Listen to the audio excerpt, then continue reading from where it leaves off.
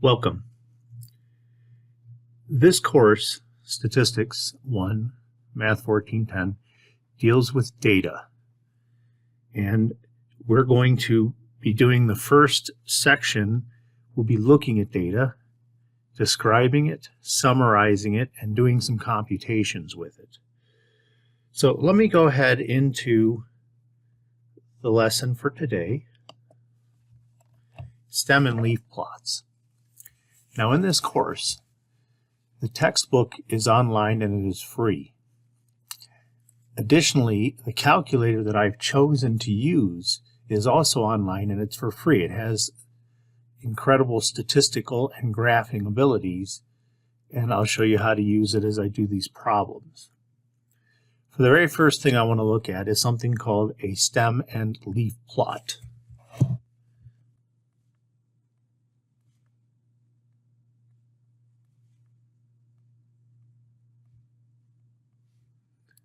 Now these things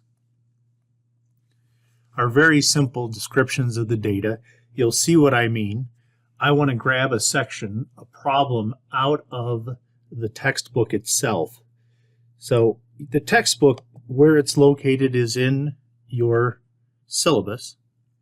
You can bookmark it so that you have it available to you. But where I'm starting at is in section 2.1. And I'm interested in something called Try It 2.1. So typically, I'll assign you problems out of this book. I'll do the problems like this Try It that doesn't have any solution on it and leave you the ones that you can check the answers to. Here's our data. And you simply write this, stem, stems, and leaves.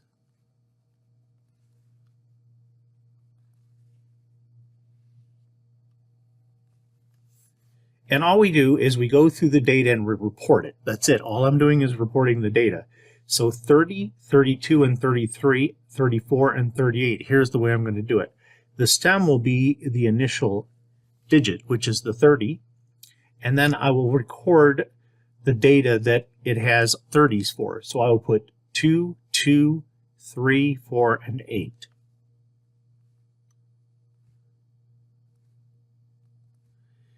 This way, somebody looking at the data can see that there's 5 pieces of data that are in the 30s. And all of it is easily seen here.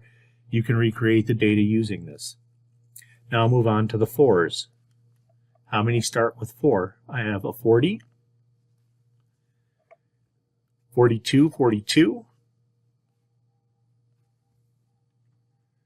3, 4, 6,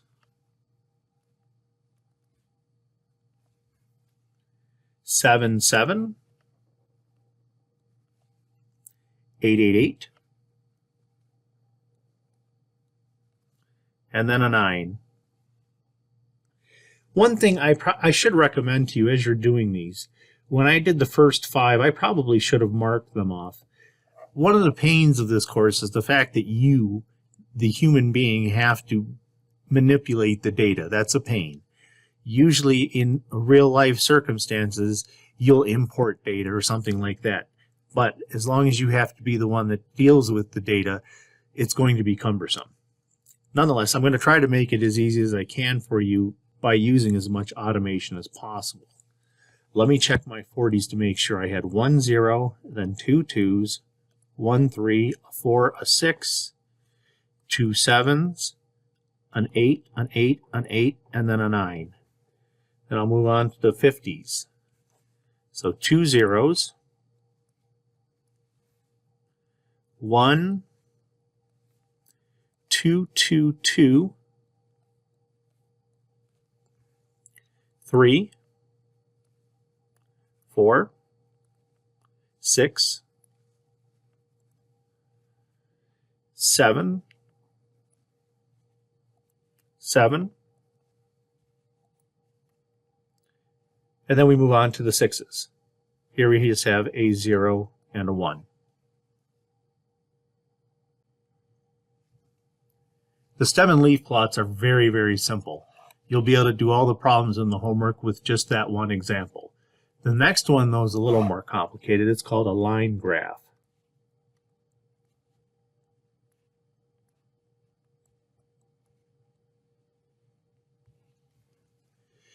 To motivate this particular idea, I'm going to grab another example out of the book. Now, before we do anything else, I want to write out what this data represents. Frequency means the number of times that data occurred. So I could rewrite the data like this. Say I want to keep my data. Let me insert it. I have 7 zeros.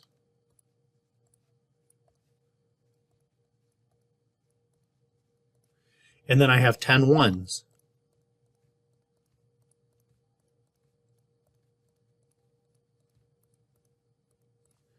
I have 14 twos.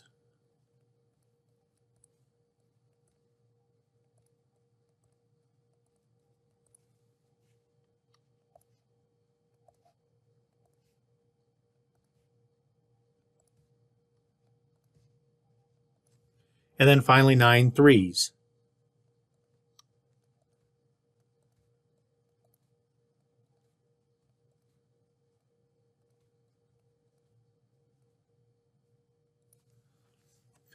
So this table here, this is called a frequency distribution. It basically tells you, in a shorthand way, it tells you the data. So what we want to do is graph this using what they call a line graph. The way we draw this, I have a special drawing thing that I'd like to grab here. Let me go into draw. Where's the shapes?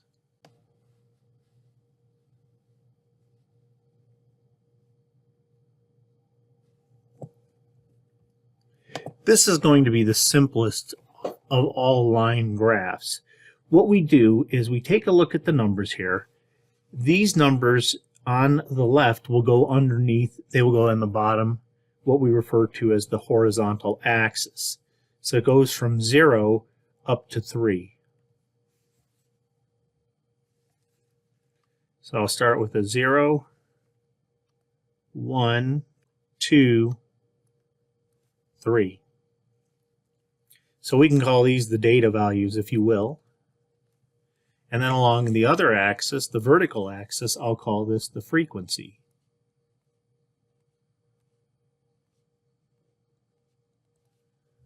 And if we look at our numbers, the frequency, the largest frequency here is 14.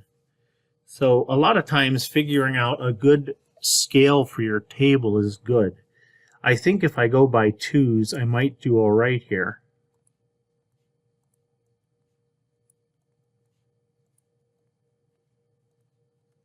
Well, that works out perfect. Now let me go ahead into these numbers here. The first frequency is 7. So what I do is above 0, directly above 0, I go directly above it, and I put a dot where 7 should be.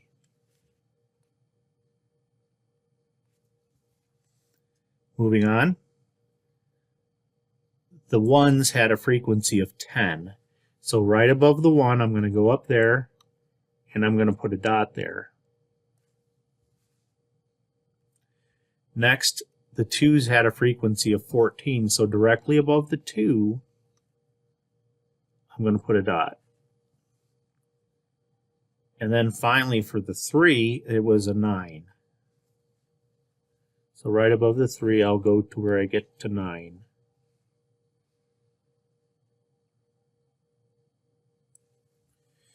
Now I said it's a line graph, and so far we don't have anything. What we want to do is we want to connect each of the dots, how do we call it? Successive dots with a line. So I would start here, trying to get my line on it. Now my mouse is a little too big for me to be doing anything even remotely like this in it. But you get the idea. I can try to get this. Now the rest of them I'm not going to try to use this machine to do it, but you use a straight edge of some sort, and then you'll come over here and then connect that with a straight edge. Now of course, this thing, anything I'm doing in here is something that you can also do with inside of any spreadsheet program, so keep that in mind. The third type of picture is called a bar graph.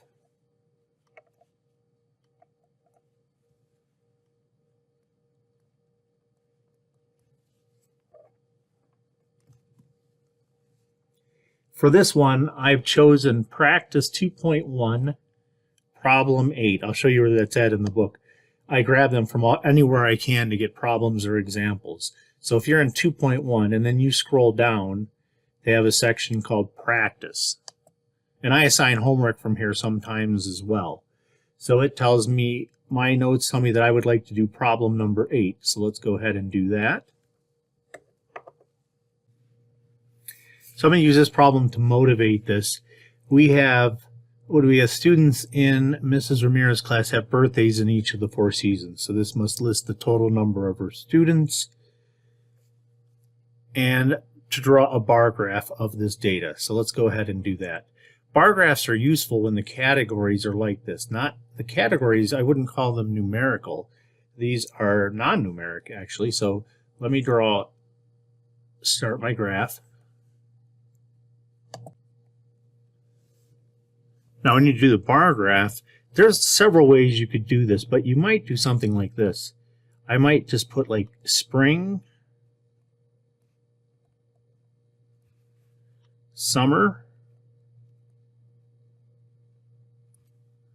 autumn, and winter.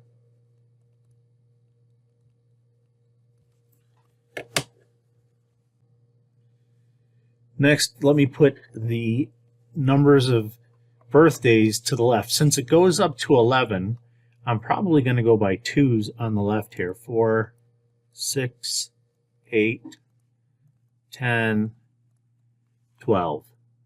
So we could put on the left here birthdays.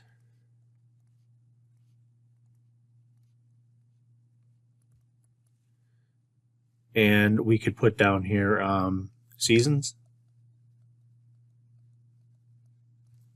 You usually want to give the titles to the horizontal and vertical axis.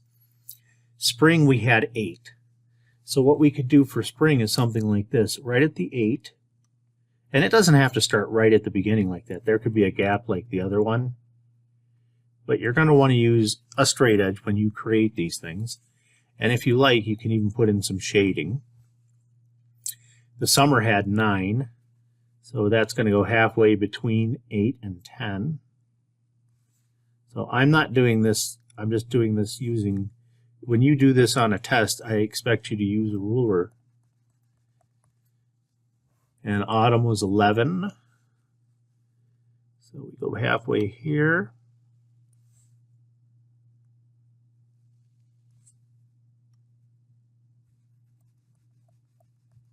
And then finally, winter was only 6.